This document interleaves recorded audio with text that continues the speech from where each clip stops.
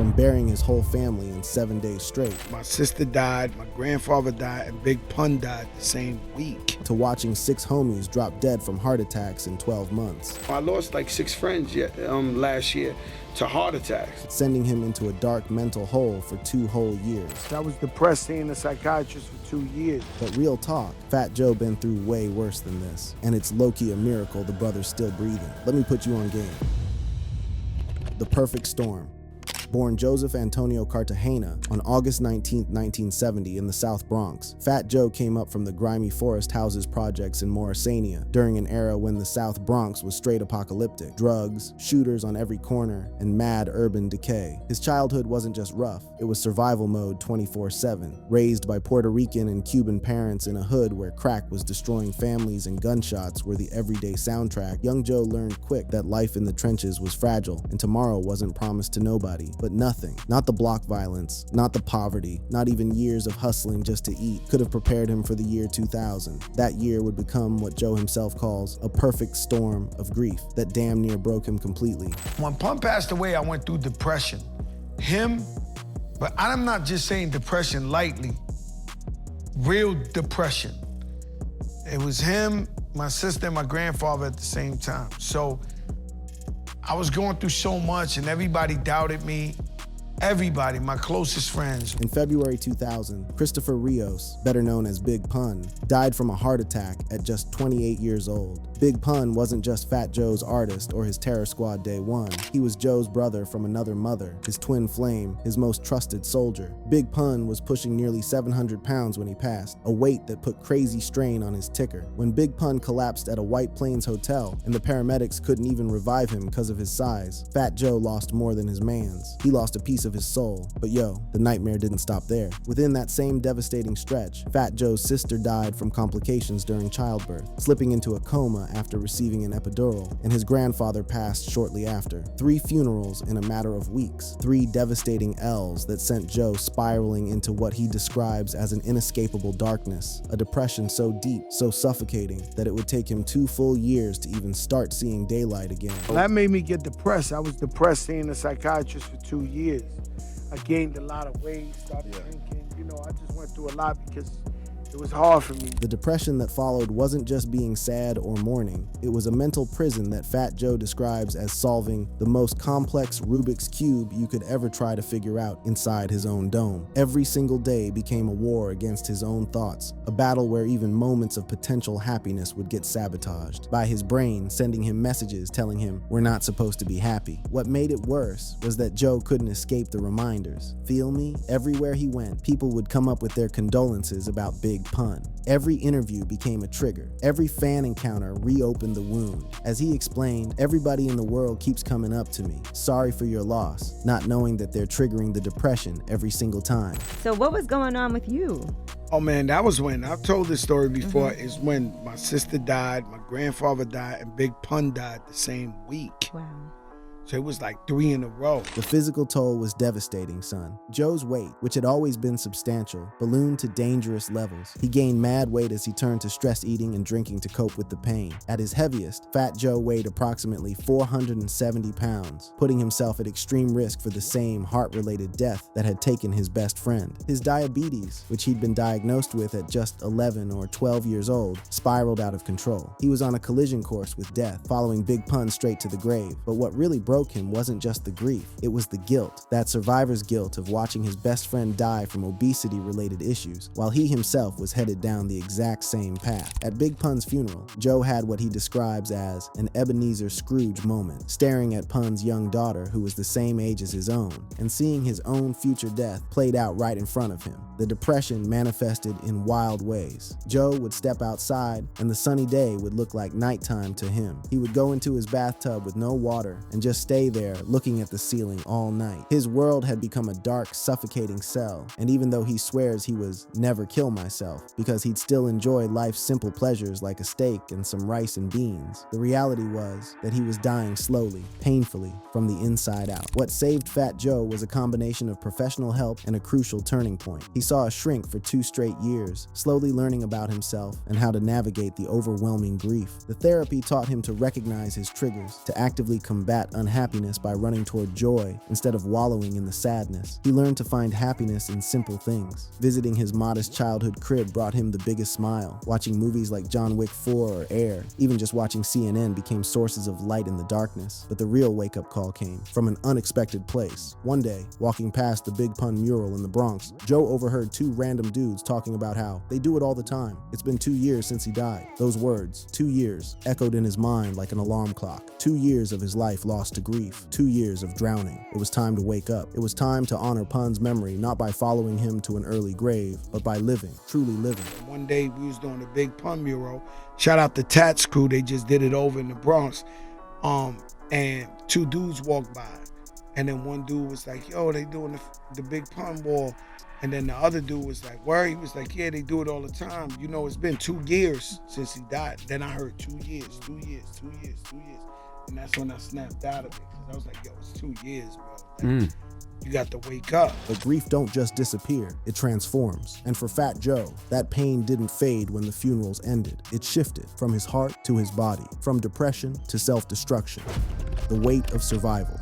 If the year 2000 was Fat Joe's descent into hell, the years that followed became his climb back to the light. But this wasn't no fairy tale comeback story with a neat, clean ending. This was a brutal, years-long battle against his own body, his own mind, and the crushing realization that if he didn't change everything, he was gonna die young, just like Big Pun. The numbers tell a stark story, my G. At his peak weight, Fat Joe tipped the scales at around 470 to 480 pounds. Some accounts suggest he may have approached 500 pounds. For context, Big Pun weighed 698 pounds when he died at 28. Joe was on the same trajectory, carrying what he would later describe as 3 human beings worth of weight on his frame. His body was a ticking time bomb, straight up. The weight loss. Like, I don't even recognize you right now. Like, yo, how many pounds? Like 100 pounds. 100 pounds.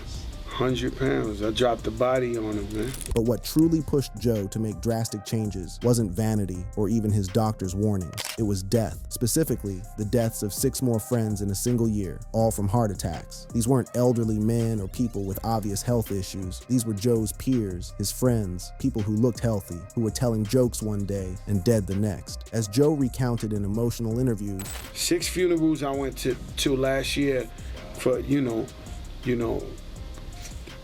they look healthy to me. They was just like me. They was telling jokes like me. You know, they was cool like me. You know what I'm saying? And they all died. One funeral in particular shattered something inside him, watching his friend's daughter, the same age as his own, walk up to her father's casket. Joe experienced what he describes as almost like a Twilight Zone moment, where he could see his own funeral, his own daughter mourning, his own premature death. He realized, as he told interviewers, so I was looking at it and I was like, yo, Joe, you know, us rappers, you know, we make money, you know, the girls think we handsome sometimes. We start thinking we superheroes, but we're really not. We're human beings. The wake-up calls kept coming. Big Pun's death in 2000 had been the first major alarm. Then came the string of friends dying from heart attacks. But Joe also had to confront his own type 2 diabetes diagnosis from childhood, which had been spiraling out of control. His family's eating habits, traditional Latin American cooking with lard, whole milk, and high-calorie staples like rice, beans, and fried foods, had contributed to his early onset diabetes and lifelong struggle with weight. So once Pun died, I went on a diet and lost like 100, but that was, you know, I didn't know what I know now. You know what I'm saying? So that ran its course to that 350, 360 going up and down like that. And then I just had to turn it up because, you know, I lost like 6 friends last year to heart attacks. So Joe embarked on what would become a 15-plus year journey to lose over 200 pounds. This wasn't no quick fix or celebrity crash diet, nah. This was a complete lifestyle overhaul that required him to fundamentally change his relationship with food, exercise, and his own body. The approach was methodical and scientific. specific. Joe learned to view his body like a computer that processes nutrients differently. He cut out bread, pasta, and rice, the staples that had defined his Puerto Rican and Cuban upbringing. He replaced spaghetti with zucchini alternatives, used sugar substitutes like Splenda on sweet potato mash, and practiced strict portion control. Feel me? His exercise routine was equally deliberate but sustainable. He started with just 10-minute sessions on the elliptical, earning him the nickname Elliptical King from his manager, and gradually built up to 45 minutes. He biked around Miami for cardio. Crucially, he avoided trainers and rigid gym schedules. Instead, he advocated for baby steps to avoid burnout and injury. The biggest mistake they do to you if you go to work out is if your man work out, says, "Oh, Kai, you big," and they throw the biggest weights on you. You never going back. Don't need that. You don't need that cardio walking. Then the elliptical's good on your knees.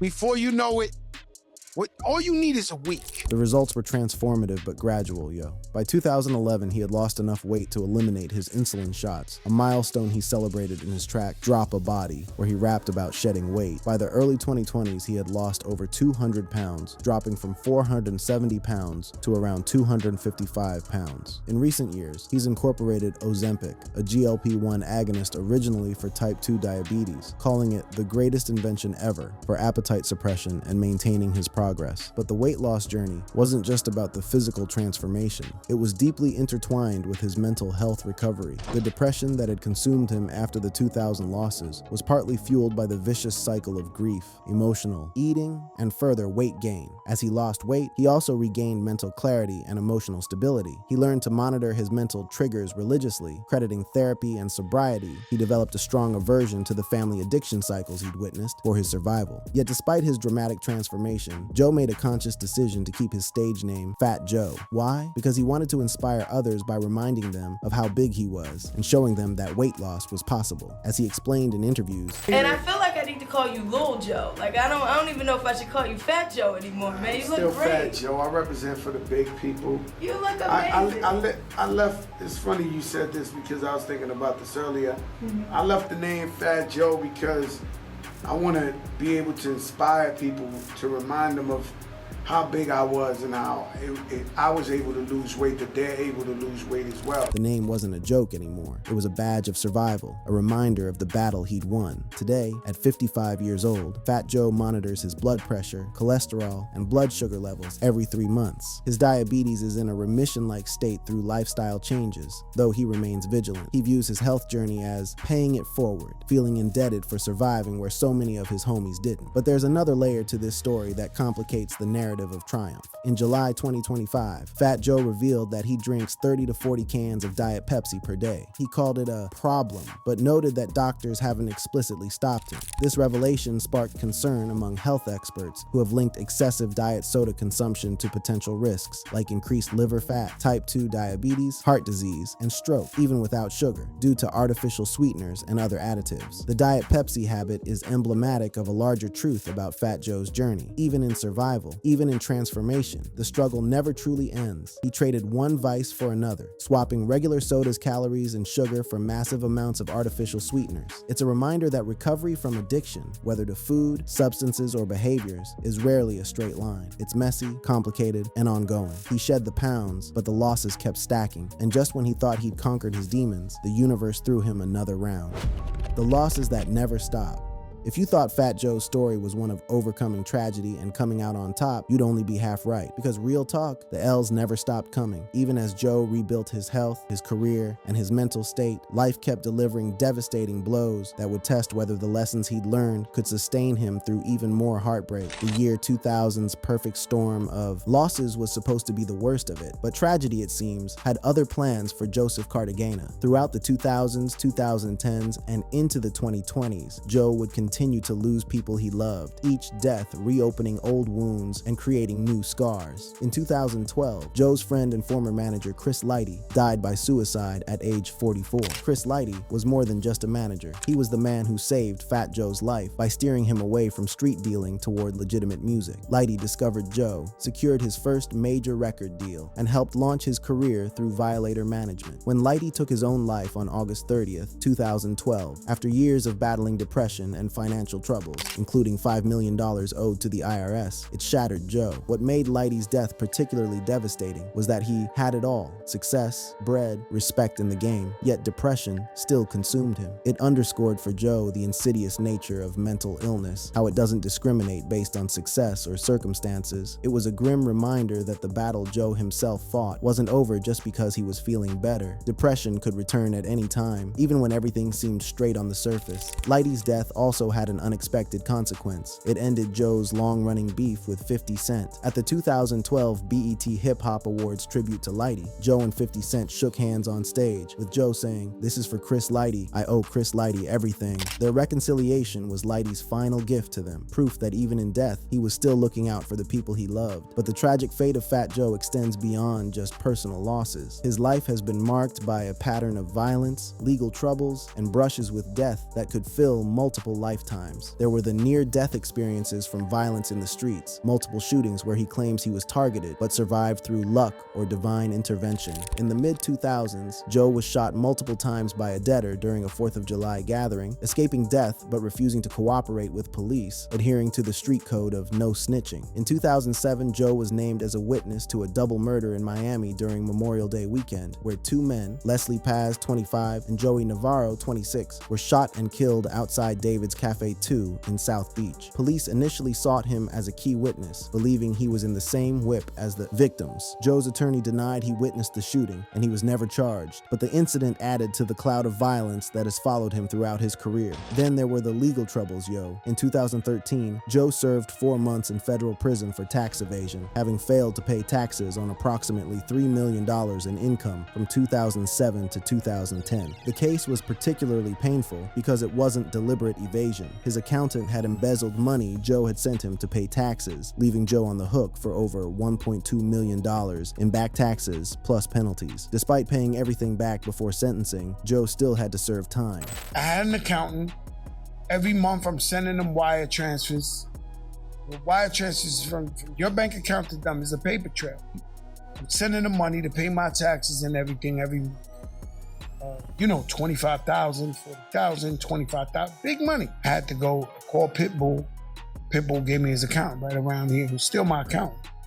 To this day, when I went there, it was like, "This is bad, Joe. This man ain't pay you taxes in 2 years." The accountant betrayal was particularly bitter because it came during a time when Joe was already dealing with ongoing royalty disputes with Big Pun's widow Liza Rios, who sued him in 2014 for allegedly withholding over $2 million in royalties owed to Big Pun's estate. The lawsuit, which settled in 2016 for an undisclosed amount exceeding $2 million, severely damaged Joe's relationship with Rios and cast a shadow over his legacy as Big Pun's mentor. And the legal troubles haven't stopped. In June 2025, Joe was hit with a $20 million lawsuit from his former hype man, Terrence T.A. Dixon, who filed a 157-page federal complaint accusing Joe of trafficking, fraud, coercion, and labor exploitation spanning 16 years. The lawsuit includes graphic allegations that Dixon was coerced into over 4,000 acts and witnessed Joe with underage girls. Joe vehemently denied all allegations, calling them disgusting lies and a coordinated extortion attempt, and claims the lawsuit has already cost him $10 million